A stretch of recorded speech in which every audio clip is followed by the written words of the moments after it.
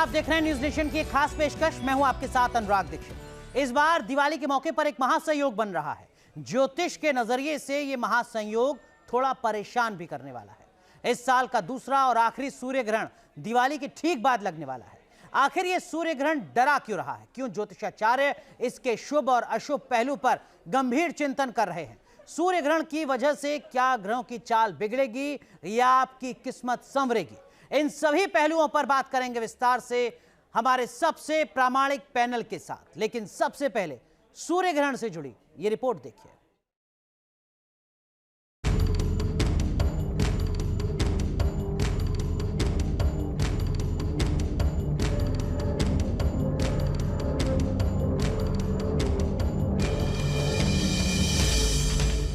दिवाली पर आया सूर्य ग्रहण का साया। दिवाली बाद सूर्य ग्रहण से कैसा संयोग? सूर्य ग्रहण से क्या बदलेगी ग्रहों की चाल? सूर्य ग्रहण का आप पर क्या होगा असर?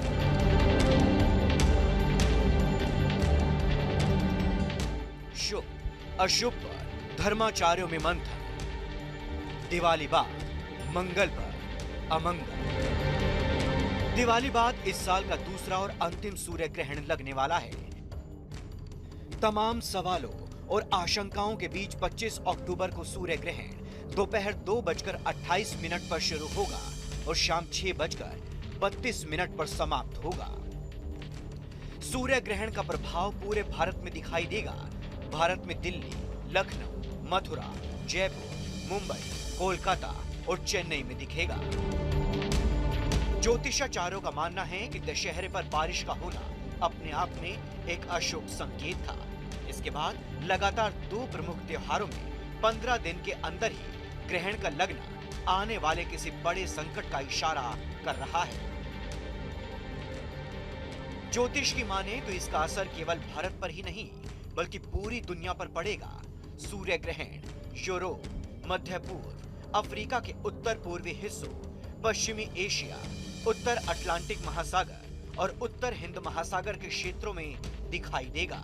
ऐसे में इन क्षेत्रों में कई देशों के बीच तनाव बढ़ने, युद्ध जैसे भी संकेत हैं, जिसके चलते दुनिया विश्व युद्ध की ओर बढ़ती हुई दिख सकती है। खगोलविदों के मुताबिक इस साल 15 दिन के अंतराल पर 2 बार ग्रहण लग रहा है। 25 अक्टूबर को जहां सूर्य ग्रहण होगा, वहीं 8 नवंबर को चंद्र ग्रहण लगेगा। पौराणिक मान्यता के मुताबिक महाभारत युद्ध से पहले कार्तिक महीने में इसी तरह 2 ग्रहण पड़े थे, जिसके बाद भयंकर जंग हुई थी, जिसमें दोनों ओर से लाखों सैनिक मारे गए थे। क्या ये दोनों ग्रहण इस बार भी कोई अशुभ संकेत दे रहे हैं? इस पर ज्योतिषी अनुमान लगा रहे हैं। वहीं विज्ञान की माने तो ये महज एक खगोलीय घटना है। इसको लेकर किसी भी तरह का कयास लगाना ठीक नहीं है। News nation.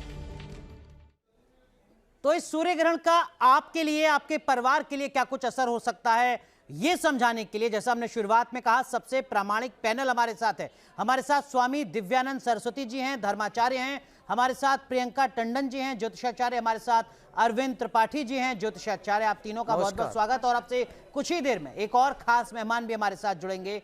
लेकिन सबसे पहले अरविंद त्रिपाठी साहब जी, इस बार का सूर्य ग्रहण अलग है, खास है, किस तरीके से, क्या कुछ विशेष बात है? जी देखिए अनुराग जी, जो इस बार का सूर्य ग्रहण है यह बहुत वर्षों बाद पड़ रहा है, जो बड़ा ही महत्वपूर्ण है। लेकिन ज्योतिषी दृष्टिकोण से देखा जाए तो यह बहुत ही अशुभ लेकर के आने वाला है। अशुभ है? अशुभ है जी, ठीक है। इसमें कई तरह की प्राकृतिक दुर्घटनाएं, वर्ल्ड वार और विभिन्न प्रकार की दुर्घटनाएं हो सकती हैं और समुद्रिक दुर्घटनाएं भी हो सकती हैं और तमाम तरह के विश्व को लेकर के अनेक प्रकार की खतरा भी उत्पन्न हो सकता है। राजनीतिक उथल पुथल रहेगा और आर्थिक स्थिति मजबूत होगी और जो कृषि की चीज़ें हैं वो बढ़ेगी, कहीं कहीं घटेंगी और विभिन्न प्रकार की समस्याओं को लेकर के देखा जाए तो रहेगा। दूसरी बात मैं आपको ये बताना चाहूँगा कि रियल एस्टेट और प्रॉपर्टी बूम करेगा, सोना चांदी का रेट बढ़ेगा, शेयर में उछाल आएगा और राजनीतिक उथल पुथल रहेगा।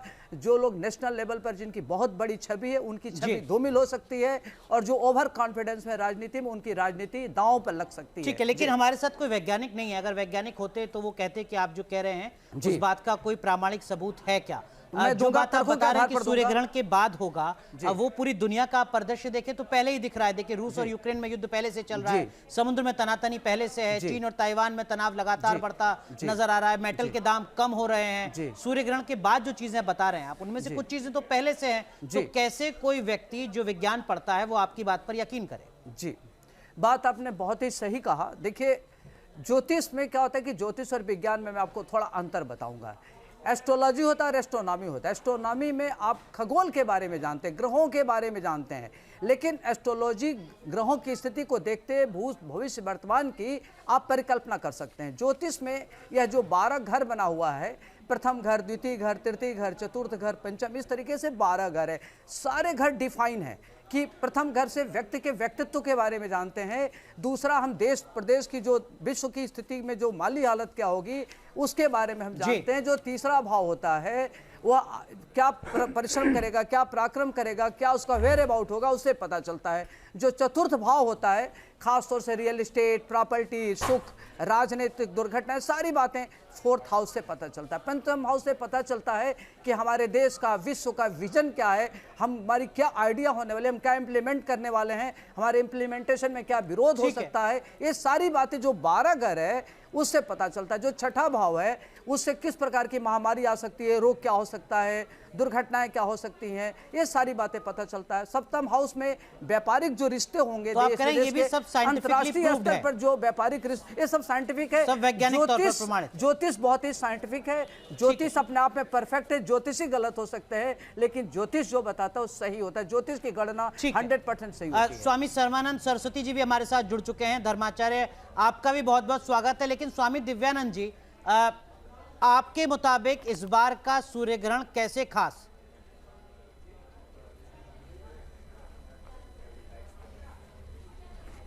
सबसे पहले आपको शुभकामना दूं दीपावली, धनतेरस की, अनुराग जी, पूरे टीम को। आदरणीय टंडन जी ने जो बताया, इतने स्पष्ट रूप से बताया, और एक बात में सबसे पहले ज्योतिषी होने के नाते मैं आपकी बात को बड़ा सम्मान पूर्वक में खंडन करना चाहूंगा। जैसे बताया कि कोई यदि कोई वैज्ञानिक होते तो वो क्यों मानते? वैज्ञानिक के पीछे, विज्ञान के पीछे पूरे भारतवर्ष में वर्षों से बहुत कार्य हो रहे हैं। हमारे ज्योतिष में कितनी सरकार ने काम की है, चाहे कोई भी सरकार हो, हम जो भी अपना घिसते पीटते रहते हैं। और एक बात मैं बड़ा कस के बोलूंगा इस बात को प्रमुखता से, जहां पर विज्ञान समाप्त होता है वहां से ज्योतिष शुरू होता है। तो ये ज्योतिष आज का नहीं है, हजारों लाखों पुराने त्रेता में भी, सतयुग में भी ज्योतिष था। विज्ञान आज है। मैं कहीं विज्ञान को छोटा नहीं कह रहा हूं। अगर आपने जहाज उड़ाया है, आपने टेलीफोन का आविष्कार किया है, टेलीविजन का आविष्कार किया हुआ है, आपका बेस ज्योतिष रहा है। और हमारा साइंस पहले रहा है, जो हमारे नानी दादी भी कहते हैं, जो टेलीपैथी था, पुष्पक विमान था। मैं सारांश में ही बता दूं। इसीलिए अगर कोई जो वैज्ञानिक काटते तो बड़ा सम्मान पूर्वक उनको मैं याद दिला देता कि आप भी अपने घर में पर्दे के पीछे ज्योतिषी से मिलते हैं, लेकिन यहाँ पर आप ज्योतिष के विज्ञान की अंग्रेजी बोलते हैं, वो अलग बात है। आइए पहले बताऊं आपको, जैसा अभी टंडन जी ने बताया, त्रिपाठी जी अरविंद त्रिपाठी जी बता रहे थे, बोल दिया है। प्रियंका टंडन जी हमारे साथ पहले बताऊंगा जी, बताइए। त्रिपाठी जी ने जी, अच्छा जी, अरविंद त्रिपाठी, अच्छा जी जी जी जी जी, नाम के लिए कंफ्यूजन हो, दोनों को मेरी ओर से बहुत सम्मान है। वृष राशि, सिंह राशि, धनु और मकर, इन 4 राशि वालों को तो मैं बोलूंगा इनका बल्ले बल्ले। इस राशि के प्रभाव से स्वामी जी एक बार फिर जरा राशि दोहरा दीजिए, प्रभाव पड़ने वाला है। सब लोग बेसब्री से सुन रहे हैं। बताया गया, एक बार जरा राशि दोहरा दीजिए। माफ कीजिए, मैं आपको रोक रहा हूं। एक बार जो 4 राशियां आपने बताई वो कौन सी है? मैं बिल्कुल वृष राशि, सिंह राशि, धनु और मकर, इन चारों पर बहुत अच्छा प्रभाव पड़ेगा। जबकि तुला राशि पे सबसे ज्यादा, क्योंकि तुला राशि पर ही ग्रहण लगने वाला है, और तुला राशि साथ में मेष और मीन, इनके प्रभाव बिल्कुल नकारात्मक हैं। किसी प्रकार की चोट चपेट, दुर्घटना, मान सम्मान हानि, धन हानि, कई प्रकार की हानियां होंगी। जैसा पहले भी त्रिपाठी जी ने बता चुका है कि कई प्रकार के इसमें लाभ हानि दोनों का दर्शन मिलेगा हमें इस प्रकार से। यदि आप कहें तो मैं 12 राशि की चर्चा कर दूं। मैं आऊंगा तो 12 राशियों पर विस्तार से। आप जो हमारे पैनलिस्ट हैं उनसे एक एक लाइन में मैं समझूंगा आप चारों उन 12 राशियों पर क्या अपनी राय रखते हैं। हमारे साथ स्वामी सर्वानंद सरस्वती जी भी जुड़े हुए हैं। स्वामी सर्वानंद सरस्वती जी, आपने सुना अभी स्वामी जी ने बताया कि वो कौन सी राशियां हैं जिनके लिए बहुत महत्वपूर्ण हैं और वो कौन सी राशियां हैं जिनके लिए मुश्किलें कुछ बढ़ा सकता है इस बार का सूर्य ग्रहण। आपके मुताबिक इस बार के सूर्य ग्रहण में क्या कुछ विशेष? देखिए, आपका शुभ नाम? अनुराग दीक्षित। एंकर जो होंगे, क्या नाम है आपका? जी अनुराग, बताएं। अनुराग दीक्षित जी, आप स्वयं दीक्षित हैं। ये जिस तरह से अभी सब लोग ज्योतिष के बारे में चर्चा कर रहे थे वो उनसे मैं सहमत हूँ, ठीक है। लेकिन इस ग्रहण का प्रभाव जिस तरह से जल पर, जीवन पर और जमीन पर पड़ रहा है, मैं उस पर आपसे विवेचन करूंगा। जल का, क्योंकि हमारे गंगा जैसे ग्लेशियर भी पिघलने जाएंगे और नदियों में जल कम हो जाएगा और उसका परिणाम ये होगा कि हमारी जो भारतवर्ष की खेती है, जमीन पर भी उसका प्रभाव पड़ेगा। जीवन जो है, जीवन जिसको कहते हैं आप एक्लॉजिकल, पर्यावरण में एक्लॉजिकल बैलेंस है जी। जब आप इस तरह से पेड़ पौधों को काट करके वहाँ पर वातावरण ऐसा पैदा करेंगे तो जमीन अब निश्चित ही वो भूकंप भी देगी और ज्वालामुखी भी निकलेंगे। तो ये ग्रहण आप ज्योतिष के अनुसार, राशियों के अनुसार, आपके पास बहुत अच्छे अच्छे वक्ता हैं, उनका मैं नाम नहीं जानता हूं, ठीक है, वो कह रहे हैं। मैं सामान्य बात कर रहा हूं आपसे कि इस ग्रहण के बारे में एक सावधानी रखने की जरूरत है कि आप अपने घर में ही या जहां भी हों तो सूर्य की आराधना ना कर सकते हैं तो मंत्र तो बोल सकते हैं। ओम सूर्याय नमः, दिवाकराय नमः, आदित्य सविता सूर्या, खगा पूषा गमस्मान, सुवर्ण सदृशो भानु, हिरण्य रेता दिवाकरा। जो सूर्य संपूर्ण राशियों का, जो संपूर्ण ग्रहों के बीच में बैठा हुआ देवता है, तो वो सूर्य स्वयं ही ग्रसित हो रहा है, क्योंकि ये जो छाया है पृथ्वी चंद्रमा की और सूर्य पर जो पड़ रही है वो अंश ग्रहण है, बहुत बड़ा ग्रहण नहीं है।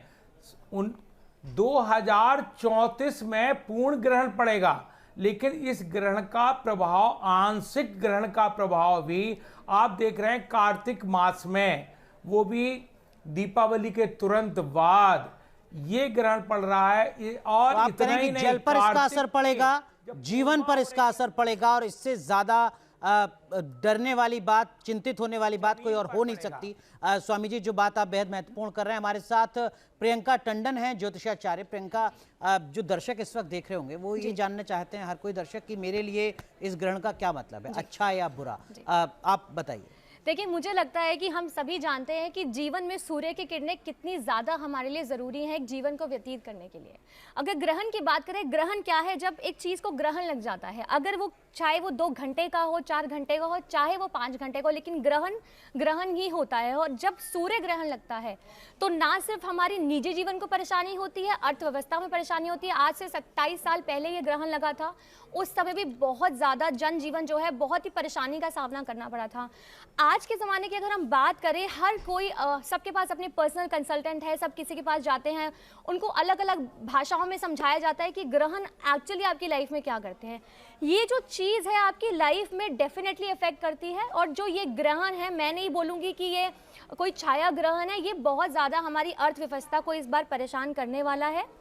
जैसे स्वामी जी ने कहा, हमारी अर्थव्यवस्था तो हमारी इंडिविजुअल अर्थव्यवस्था, हम पूरे हमारे देश की, हमारे ठीक देश की हर एक इंडिविजुअल पर्सन जो कि डिप्रेशन पेशेंट्स होते हैं, हम बहुत एंजाइटी में रहते हैं, उनको ज़्यादा ये चीज़ें बॉदर करती है। जिनकी हेल्थ प्रॉब्लम्स होती है उनको ये चीज़ें ज़्यादा बॉदर करती है। जिनकी पाचन शक्ति अच्छी नहीं होती उनको भी ये चीज़ें ज़्यादा बॉर्डर करती है। लेकिन फिर मैं बोलूँगी कि जो ग्रहण का जो एक रिजल्ट है वो हर किसी के लिए मिला जुला ही आता है। मिला जुला ये नहीं कि आप बहुत ही बेकार होने वाला है आपके लिए, हो सकता है कि आपको कोई दुर्घटना का सामना करना पड़े, वो भी आपकी राशि के हिसाब से। लेकिन अगर देखें तो रिजल्ट मिला जुला ही मुझे यहाँ पर। स्वामी दिव्यानंद सरस्वती जी, आप अगर बता सकें कि सूर्य ग्रहण जब पड़ेगा तब बहुत ज्यादा मुश्किलें ना हो हमारे लिए, किन बातों का ध्यान रखें सर?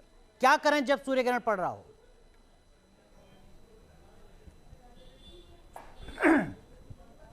देखिए, उस समय ऐसी कोई खतरा वाली बात नहीं है, लेकिन कुछ लोगों को नंगी आंखों से जिनके बारे बताया नकारात्मक प्रभाव पड़ना है, उनके लिए मेरी तरफ से एक उनको परामर्श होगा कि ऐसे उद ग्रहण का दर्शन ना ही करें तो अच्छा। बाकी कुछ लोगों की सावधानी की आवश्यकता है। गर्भवती महिलाओं को, उन्हें आवश्यकता बहुत ज्यादा कहीं डरने या किसी प्रकार की कोई ऐसी नकारात्मक वातावरण निर्माण करने की आवश्यकता नहीं है।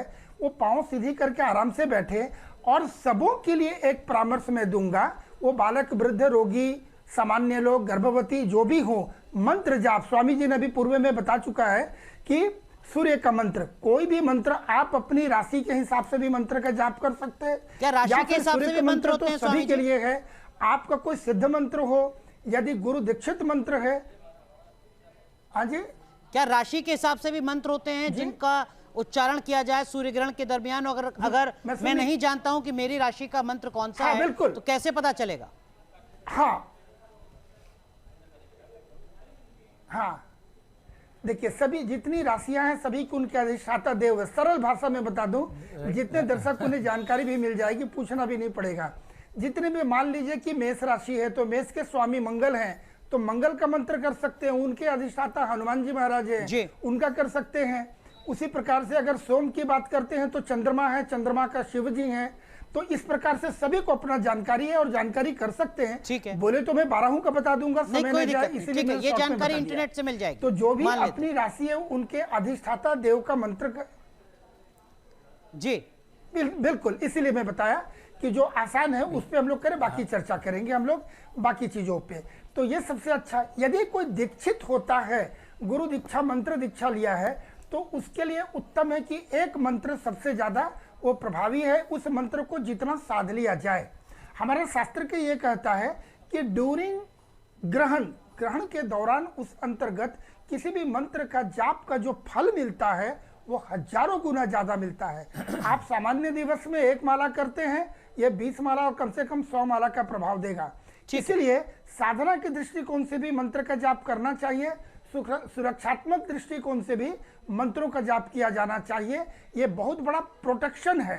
ठीक है, लेकिन स्वामी सर्वानंद सरस्वती जी, जो बुजुर्ग हैं, जो बच्चे हैं, जो किसी बीमारी से परेशान हैं, 2-4 हैं, जो मंत्र नहीं पढ़ सकते, जो उस पूरे विधि विधान का पालन नहीं कर सकते, वो क्या करेंगे सर?